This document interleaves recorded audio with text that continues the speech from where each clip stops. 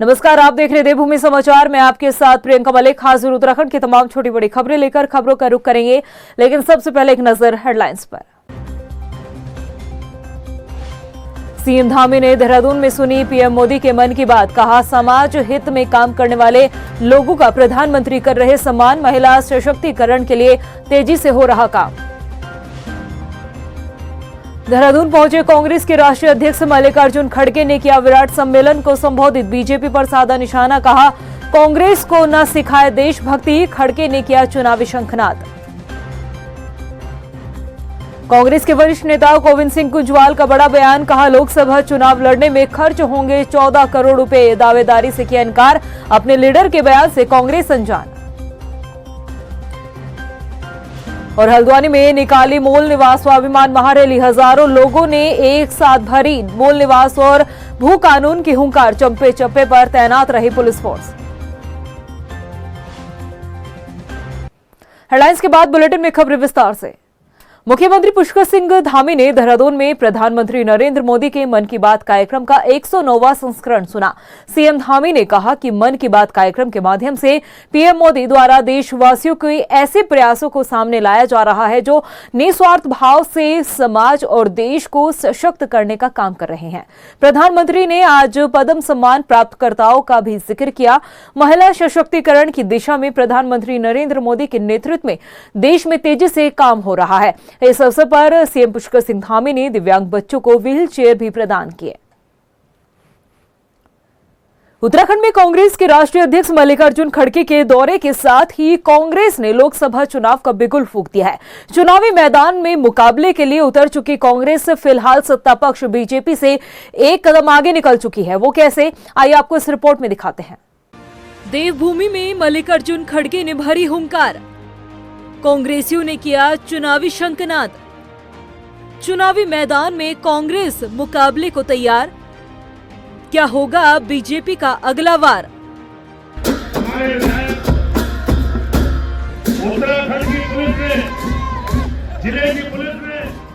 उत्तराखंड में लोकसभा चुनाव की हवा का रुख बदलने के लिए कांग्रेस ने अपने स्टार नेता को चुनावी मैदान में उतारकर चुनावी शंखनाद भी कर दिया है। रविवार को देहरादून पहुंचे कांग्रेस के राष्ट्रीय अध्यक्ष मल्लिकार्जुन खड़गे ने विराट सम्मेलन के जरिए राज्य में चुनावी हुंकार भरी और कार्यकर्ताओं में जोश भरने का काम किया। इस दौरान बन्नू स्कूल में खड़गे के स्वागत के लिए पार्टी के दिग्गज नेताओं के साथ ही कार्यकर्ताओं और समर्थकों की भारी भीड़ देखने को मिली। सम्मेलन को संबोधित करते हुए मल्लिकार्जुन खड़गे ने बीजेपी सरकार पर जमकर निशाना साधा। उन्होंने कहा कि भाजपा सरकार में विपक्ष के नेताओं का उत्पीड़न किया जा रहा है, मगर बीजेपी की तानाशाही से कांग्रेस अब डरने वाली नहीं। मल्लिकार्जुन खड़गे ने कहा कि हमने जो बनाया उन सभी चीजों को भाजपा बेचकर खा रही है। देश का विकास सिर्फ कांग्रेस ने किया है, भाजपा देश को बांटने का काम कर रही है। इसके साथ ही मल्लिकार्जुन खड़गे ने महंगाई, बेरोजगारी और महिला उत्पीड़न जैसे कई मुद्दों का भी अपने संबोधन में जिक्र किया।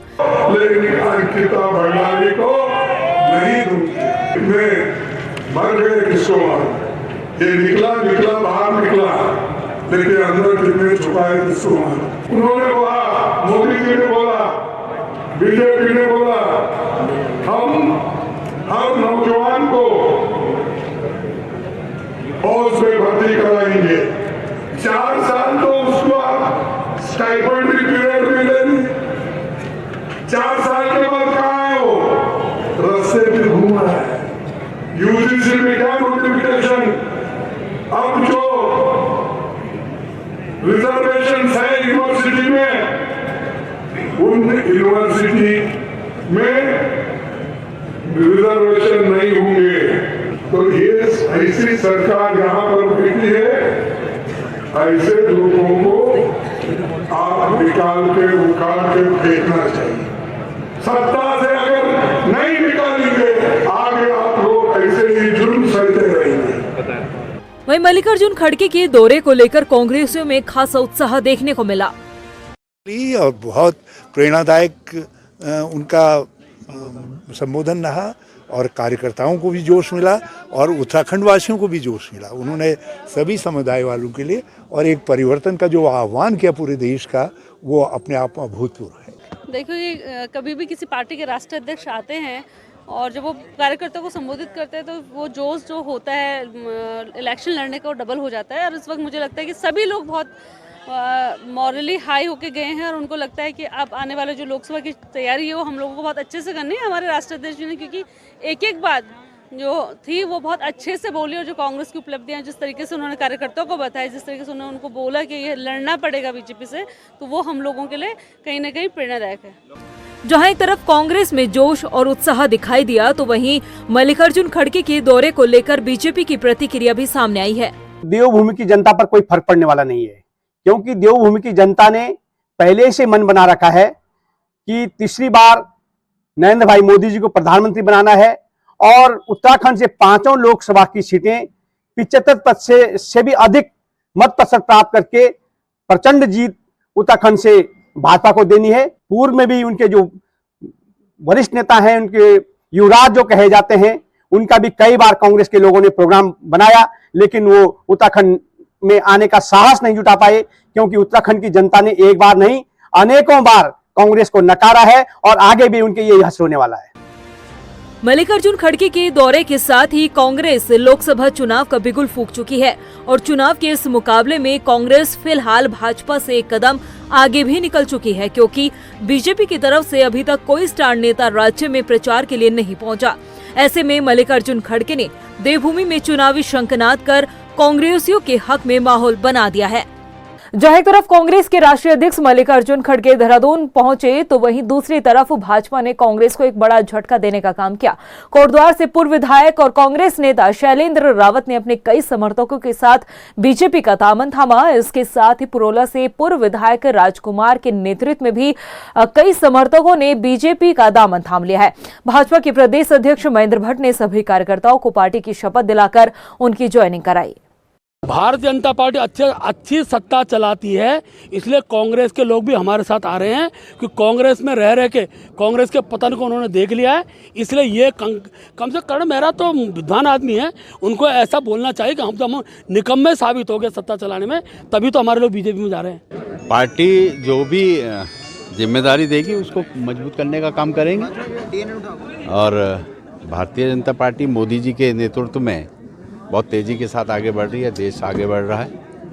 हमने मोदी जी का हाथ को मजबूती देनी है और पुष्कर धामी जी की सरकार को भी मजबूती देनी है। जहां एक तरफ उत्तराखंड में लोकसभा चुनाव को लेकर राजनीतिक दल अपनी तैयारियों में जुटे हुए नजर आ रहे हैं, तो वहीं कांग्रेस के कुछ वरिष्ठ नेता लोकसभा चुनाव की तैयारियों को लेकर बड़ा बयान भी दे रहे हैं। ऐसे ही एक बड़ा बयान कांग्रेस के वरिष्ठ नेता गोविंद सिंह कुंजवाल का सामने आया है। यह रिपोर्ट देखिए।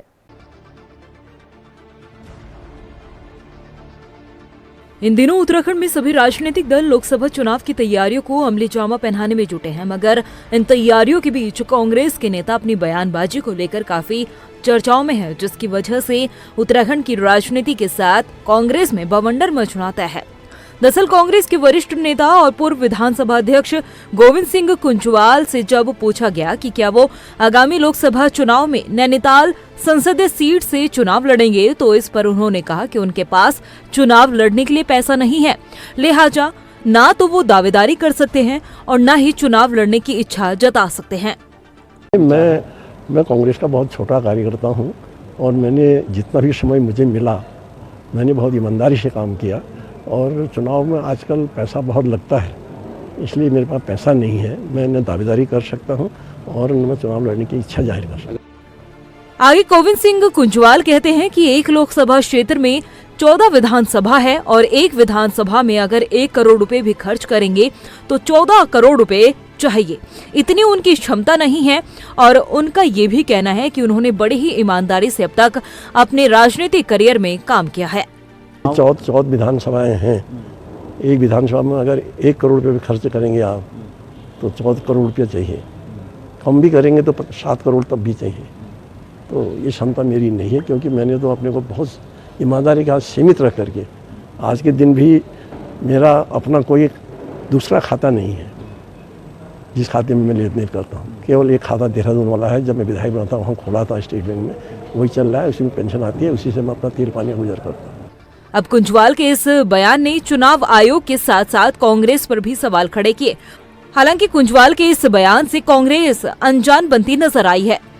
अब देखिए, ये मुझे नहीं मालूम, मैंने सुना नहीं उनका बयान, लेकिन लोकसभा चुनाव में विधानसभा चुनाव के मुकाबले ज़्यादा खर्च तो होता है, लेकिन उन्होंने ये बात कैसे कही, क्योंकि ये तो आचार संहिता है, चुनाव आयोग के नियमों के बाहर हम कोई बात नहीं कर सकते।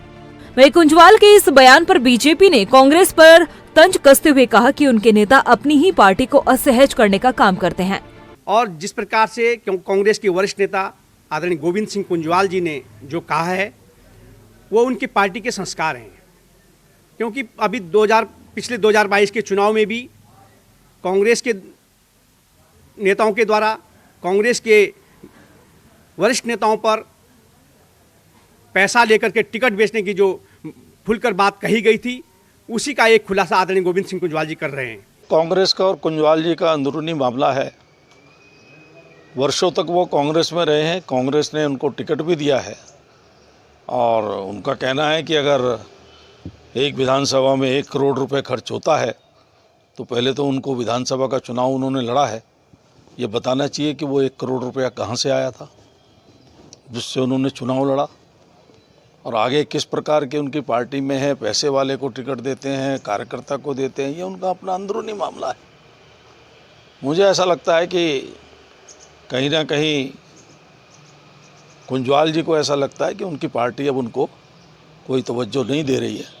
अब गोविंद सिंह कुंजवाल के इस बयान से कांग्रेस की राजनीतिक हवा का क्या रुख होगा, ये तो आने वाला समय ही तय करेगा। फिलहाल इस बयान ने कांग्रेस में हलचल तो मचा दी है। हल्द्वानी में मूल निवास 1950 स्वाभिमान महारैली में हजारों लोगों ने शिरकत की। इस रैली को उत्तराखंड के 200 संगठनों ने अपना समर्थन दिया। मूल निवास स्वाभिमान महारैली में युवाओं ने बढ़ चढ़कर हिस्सा लिया और अपनी मांगों को लेकर हुंकार भी भरी। उत्तराखंड भू कानून और मूल निवास समन्वय संघर्ष समिति के संयोजक मोहित डिमरी ने कहा कि देहरादून के बाद हल्द्वानी में मूल निवास और भू कानून को लेकर ये दूसरी रैली निकाली गई।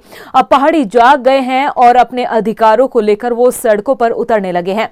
इसलिए सरकार को चाहिए कि वो उत्तराखंड के मूल निवासियों को स्थायी निवास से झुंझुनने से मुक्त करे और मूल निवास के आधार पर ग्रुप सी और ग्रुप डी की भर्तियों पर 100% आरक्षण भी दे। देखिए, 24 दिसंबर को देहरादून में महारैली हुई, उसके बाद हम आज 28 जनवरी को हल्द्वानी में महारैली कर रहे हैं और हजारों लोग यहाँ पे जुटे हैं। और एक तरह से उत्तराखंड में एक बड़े आंदोलन की शुरुआत होने जा रही है। लोग अपने मूल अधिकार अपने राज्य में सुरक्षित करना चाहते हैं, अपने जल जंगल जमीन को बचाना चाहते हैं, अपनी नौकरियाँ अपने संसाधन चाहते हैं कि यहाँ के लोगों को मिले। आज हम देख रहे हैं भारी ताकतें हमारे राज्य में घुसपैठ कर चुकी हैं और यहाँ के जितने भी संसाधन हैं उन पर कब्जा जमा रही है। यही स्थिति रही आने वाले समय में जो उत्तराखंड के मूल निवासी हैं उनका अस्तित्व संकट में आ जाएगा। देखिए, सबसे पहले तो प्रदेश विरोधी ताकतों को पहचानना पड़ेगा। वो प्रदेश विरोधी ताकतें अधिकारियों के रूप में हो सकती है, वो प्रदेश विरोधी ताकतें हमारे नेताओं के रूप में हो सकती है, वो प्रदेश विरोधी ताकतें राजनीतिक दलों के रूप में हो सकती है। पहले उन प्रदेश विरोधी ताकतों को पहचानना पड़ेगा, क्योंकि समय समय पर यहाँ के नेताओं ने, यहाँ के राजनीतिक दलों ने ऐसी बयानबाजी की है जिससे कि यहाँ के जो मूल निवासी है उनकी उपेक्षा हुई है। आज की भारतीय नारी हर क्षेत्र में बढ़ चढ़कर हिस्सा ले रही है और यही वजह है कि अब उत्तराखंड में पहली बार महिला अग्निशमन दल की भर्तियों में भी शामिल हुई है, जिसमें उत्तराखंड की महिलाओं ने बढ़ चढ़कर हिस्सा लिया और बड़े जोश के साथ ड्यूटी को निभाने का जज्बा भी दिखाई दे रहा है। ये रिपोर्ट देखिए। आज महिलाएं देश के विकास और सेवा के हर क्षेत्र में बढ़ चढ़कर अपना योगदान दे रही है और देश का गौरव बढ़ा रही है। आज भारतीय नारी कई ऐसे क्षेत्रों में अपना विशेष स्थान बना चुकी है जिसमें कुछ समय पहले तक उनकी भागीदारी अकल्पनीय थी। यही वजह है कि अब उत्तराखंड में भी पहली बार अग्निशमन दल की भर्ती में महिलाओं को शामिल किया गया। दरअसल उत्तराखंड के अग्निशमन दल में काफी लंबे समय से 445 पद खाली चल रहे थे, जिनमें अब 367 पद भरे जा चुके हैं, जिसमें 107 पुरुष और 260 महिला फायर पुलिस कर्मियों की नियुक्ति की गई है। गढ़वाल मंडल में 167 महिला कर्मी और कुमाऊं मंडल में 97 फायर महिला पुलिस कर्मी शामिल की गई है। उपनिदेशक फायर ने बताया कि 3 रीजनल ट्रेनिंग सेंटर, जिसमें हरिद्वार, रुद्रपुर और 31वीं वहीनी पीएसी रुद्रपुर में 6 महीने की ट्रेनिंग दी गई। साथ ही उन्होंने बताया कि महिला पुलिस कर्मियों को समान ट्रेनिंग दी जाती है और ये महिला पुलिसकर्मी फायर फाइटर का भी काम करेगी। उत्तराखंड राज्य में ये पहली बार ऐसा हुआ है कि जिसमें महिलाओं को जो है अग्निशमन दल में सम्मिलित किया गया है। क्योंकि हमारी जो है 445 जो है वैकेंसी थी फायरमैन की, रिक्त थी, जो कि जिसके विषय में जो है अधीनस्थ चयन सेवा आयोग को अध्याचन प्रेषित किया गया था और जिसके सापेक्ष समय 367 जो है उसमें कैंडिडेट प्राप्त हुए, जो इसमें सफल हुए फायरमैन की भर्ती परीक्षा में, जिसमें 107 पुरुष हैं और 260 के करीब जो है उसमें महिलाएं हैं। और इसमें 367 जो कैंडिडेट्स थे इनको जो है 3 आरटीसी में जो है विभक्त किया गया था ट्रेनिंग के 6 माह के प्रशिक्षण हेतु। तो पहला इसमें जो है आरटीसी हरिद्वार जो जिले की आरटीसी थी, आरटीसी रुद्रपुर जिले की आरटीसी थी और 31वीं वाहिनी पीएसी में। तो 3 भागों में जो है इनको प्रशिक्षित किया गया। अग्निशमन में महिलाओं की भर्ती होने के बाद ड्यूटी के प्रति जोश देखने को मिल रहा है। महिला अग्निशमन कर्मचारी का कहना है कि शुरुआत में ट्रेनिंग काफी मुश्किल थी, लेकिन जब ट्रेनिंग शुरू हुई तो हमें काफी कुछ सीखने को मिला और ट्रेनिंग के दौरान मानसिक रूप से भी हमें मजबूत किया गया। देखिए, ये जो अग्निशमन की भर्ती हुई है गर्ल्स की, ये फर्स्ट टाइम उत्तराखंड में हुई है और ये काफ़ी चुनौतीपूर्ण थी हमारे लिए, क्योंकि कोई भी चीज़ जब पहली बार होती है तो काफ़ी टफ होती है। तो हम लोगों के लिए भी काफ़ी मुश्किल था। हमारी जो ट्रेनिंग है वो जो हमारी सर्विस है उसके अकॉर्डिंग हुई है और हमारी ट्रेनिंग काफ़ी हार्ड हुई है, और ताकि हम लोग अपने आप को सर्व कर सकें और सर्विस दे सकें। स्टार्टिंग में तो हमें ये सब बहुत डिफ़िकल्ट लगता था कि हम कैसे करेंगे। इनफैक्ट हमें आधी लड़कियों को तो अब जाके पता चला है कि मतलब ऐसा कुछ भी, फायर डिपार्टमेंट एक अलग सा डिपार्टमेंट है। हमें वैसे लगता था ये पुलिस का वो नहीं है, लेकिन हम जैसे ही ट्रेनिंग में आए हमें बहुत कुछ सीखने को मिला, बहुत कुछ सिखाया गया है। इनफैक्ट जो लड़कियाँ कभी पैदल भी बहुत ज़्यादा चली नहीं होंगी या कभी किसी ने रनिंग भी नहीं की, उनको भी इतना स्ट्रांगली और मेंटली तैयार किया गया है कि अब हम कोई भी काम आसानी से कर सकते हैं, कोई भी चुनौती को हम आसानी से अपना योगदान दे सकते हैं हर चुनौती में। हिम्मत और बुलंद हौसलों वाली ये बहादुर बेटियां आग से लड़ने के लिए पूरी तरह से तैयार है। आग लगने की स्थिति में ये किसी भी इमारत में घुसकर बचाव कार्य कर सकती है। कल तक रसोई में आग पर खाना बनाने वाली ये महिलाएं आग से लड़कर लोगों की जान बचाने के लिए भी तैयार है। अब उम्मीद है कि अग्निशमन दल में शामिल हुई ये महिलाएं अब दूसरी महिलाओं के लिए भी मिसाल पेश करेंगी। राजधानी देहरादून के हरिओम आश्रम में गोरक्षक दल के लोगों द्वारा किए गए हंगामे में पुलिस ने मुकदमा दर्ज कर लिया है। एसएसपी अजय सिंह ने मामले में जानकारी देते हुए बताया कि पुलिस को शिकायत मिली कि हरिओम आश्रम में संगठन के कुछ लोग जबरन गाय को चेक करने के लिए घुस आए हैं। आश्रम के कर्मचारियों द्वारा उन्हें रोकने पर विरोध हुआ। मौके पर पहुंची पुलिस ने 2 लोगों को हिरासत में भी लिया, साथ ही 7 को नामजद और 30 से 40 अज्ञातों के खिलाफ मुकदमा भी दर्ज किया गया। थाना पटेल नगर में जो है हरिओम आश्रम है, वहां पर कुछ शिकायत मिली थी कि वहां पर कुछ गाय को चेक करने के लिए कुछ संगठन के लोग और अन्य लोग वहां पहुंचे थे। चूंकि वहां जबरदस्ती आश्रम में घुस रहे थे, जिस पर आश्रम के कर्मचारियों ने रोकने का प्रयास किया, जिस पर वहां पर हाथापाई और तोड़फोड़ की घटना हुई, जिस पर दोनों पक्षों द्वारा इसमें तहरीर दी गई थी। लेकिन मौके पर पुलिस के पहुंचने के बाद भी वहां पर लगातार लोग उत्पात मचाते रहे और वहां पर तोड़फोड़ का प्रयास करते रहे, जिस पर पुलिस के द्वारा इसमें 2 लोग को मौके से गिरफ्तार किया गया, जिसमें उनके विरुद्ध मुकदमा दर्ज किया गया। 7 लोगों को नेम्ड किया गया है और अन्य 30 से 40 लोग को अज्ञात के विरुद्ध मुकदमा दर्ज किया है। वहीं लोहाघाट ब्लॉक के नेपाल सीमा से लगे रोसाल क्षेत्र में अधूरे पड़े बोरिंग पेयजल योजना के निर्माण कार्यों को लेकर महिलाओं ने जल संस्थान के खिलाफ प्रदर्शन किया है और जल्द ही निर्माण कार्य शुरू करने की मांग की। दरअसल क्षेत्र में 6 महीने पहले बोरिंग पेयजल योजना के निर्माण कार्य को ठेकेदार अधूरा छोड़कर फरार हो गया था, जिसकी वजह से योजना अधर में लटक गई है। महिलाओं ने कहा कि पिछले 6 महीनों से क्षेत्र में बारिश नहीं हुई, जिस कारण क्षेत्र में पेयजल स्रोत भी सूख गए। पेयजल के लिए हाहाकार मचा हुआ है। हमारे यहाँ पानी नहीं आ रहा है, ठेकेदार भाग गया लाइन खोद के, पंपिंग योजना, हम लोग पानी के लिए परेशान हैं। कितना समय हो गया, पानी बारिश हो नहीं रही है, हम लोग कहाँ से पानी लाएं। गाय भैंस भी हमारी भूखी तीसी है, पानी के बिना न हमारे नहाने धोने के लिए पानी है, न पीने के लिए पानी है, और हम कहाँ से स्कूल में पानी दें, कहाँ से हम लोग पिएं। तो ये आधा लाइन खोद के ठेकेदार पता नहीं कहाँ भाग गया। 7-8 महीने हो गए इसको, ये नौले गधेरे सब सूख गए हैं। अब ये योजना पूरी नहीं होती है तो हम क्या करें, हमने तो जाना ही है आगे। प्रदेश की खबरों में नहीं, फिर हाजिर होंगे कुछ खास खबरों के साथ। तब तक के लिए मुझे दे इजाजत, नमस्कार। सीएम धामी ने देहरादून में सुनी पीएम मोदी के मन की बात, कहा समाज हित में काम करने वाले लोगों का प्रधानमंत्री कर रहे सम्मान, महिला सशक्तिकरण के लिए तेजी से हो रहा काम। देहरादून पहुंचे कांग्रेस के राष्ट्रीय अध्यक्ष मल्लिकार्जुन खड़गे ने किया विराट सम्मेलन को संबोधित। बीजेपी पर साधा निशाना, कहा कांग्रेस को न सिखाए देशभक्ति। खड़गे ने किया चुनावी शंखनाद। कांग्रेस के वरिष्ठ नेता गोविंद सिंह कुंजवाल का बड़ा बयान, कहा लोकसभा चुनाव लड़ने में खर्च होंगे 14 करोड़ रुपए। दावेदारी से किया इनकार। अपने लीडर के बयान से कांग्रेस अनजान। और हल्द्वानी में निकाली मूल निवास स्वाभिमान महारैली। हजारों लोगों ने एक साथ भरी मूल निवास और भू कानून की हुंकार। चप्पे चप्पे पर तैनात रही पुलिस फोर्स।